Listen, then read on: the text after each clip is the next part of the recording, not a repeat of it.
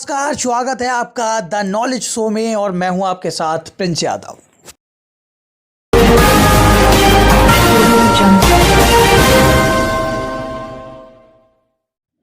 आज हम आपको देश के एक ऐसे देशभक्त की कहानी सुनाएंगे जिसे सुनकर आपकी आंखें भर आएंगी। कहानी एक ऐसे हीरो की जिसने देश के लिए अपनी जान ही नहीं बल्कि पहचान भी कुर्बान कर दी। खो गया एक ऐसे अंधेरे में जहां उसने अपनी जान के साथ अपना नाम, पता, यहाँ तक कि जिस देश के लिए उसने पूरी जिंदगी कुर्बान की उस देश के लिए वो गैर बन गया। उसका नाम था रविंद्र कौशिक। 11 अप्रैल 1952 को श्री गंगानगर राजस्थान के पंडित परिवार में जन्मे रविंद्र को थिएटर और एक्टिंग का जुनून था। उनकी शक्ल विनोद खन्ना से मिलती थी। ये बात उन्हें एक्टिंग करने के लिए और लालायित करती थी। जब लखनऊ के एक थिएटर में रविंद्र एक शो में फौजी के रोल में देशभक्ति दिखा रहे थे, तभी रॉ के एक अधिकारी की नज़र उन पर पड़ी और उस अधिकारी ने रविंद्र को दिल्ली बुलाया और रॉ के बारे में जानकारी दी। उन्हें रॉ ज्वाइन करने को कहा गया और उन्हें रॉ के नियम बताकर ट्रेनिंग भी दी गई। रविंद्र ने 23 साल की उम्र में ग्रेजुएशन के बाद रॉ ज्वाइन की थी। तब तक भारत और पाकिस्तान और चीन एक एक लड़ाई लड़ चुका था। पाकिस्तान भारत के खिलाफ एक और युद्ध की तैयारी कर रहा था।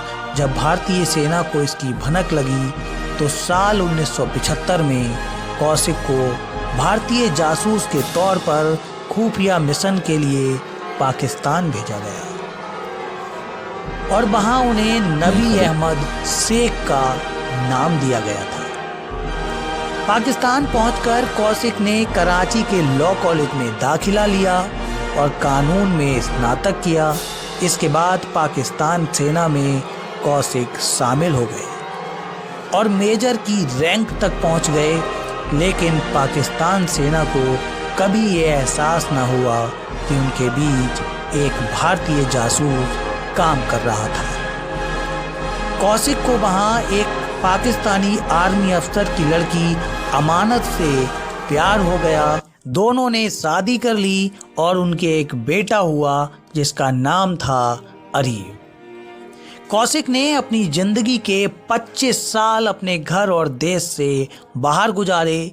इस दौरान पाकिस्तान के हर कदम पर भारत भारी पड़ता था क्योंकि उसकी सभी योजनाओं की जानकारी भारतीय अधिकारियों को पहले से ही दे दी जाती थी। कौशिक के द्वारा बताई जानकारियों के बलबूते पर भारत ने पाकिस्तान के खिलाफ हर मोर्चे पर रणनीति तैयार कर ली थी। पाकिस्तान तो भारत के खिलाफ कारगिल युद्ध से काफ़ी पहले ही युद्ध छेड़ देता, पर रविंद्र के रहते ये संभव न हुआ।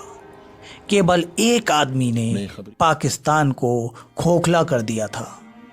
भारतीय सेना को रविंद्र के जरिए रणनीति बनाने का पूरा मौका मिला और पाकिस्तान, जिसने कई बार राजस्थान से सटी सीमाओं पर युद्ध छेड़ने का प्रयास किया, उसे मुंह की खानी पड़ी। रविंद्र के बताए अनुसार भारतीय सेना के जवानों ने अपने अतुल्य साहस का प्रदर्शन करते हुए पहलगाम में घुसपैठ कर चुके 50 से ज़्यादा पाकिस्तानी सैनिकों को मार गिराया था। लेकिन दुर्भाग्य से 1983 में कौशिक का राज खुल गया। दरअसल भारत से रॉ ने एक अन्य जासूस को कौशिक से मिलने पाकिस्तान भेजा था, जिसे पाकिस्तानी खुफिया एजेंसियों ने पकड़ लिया।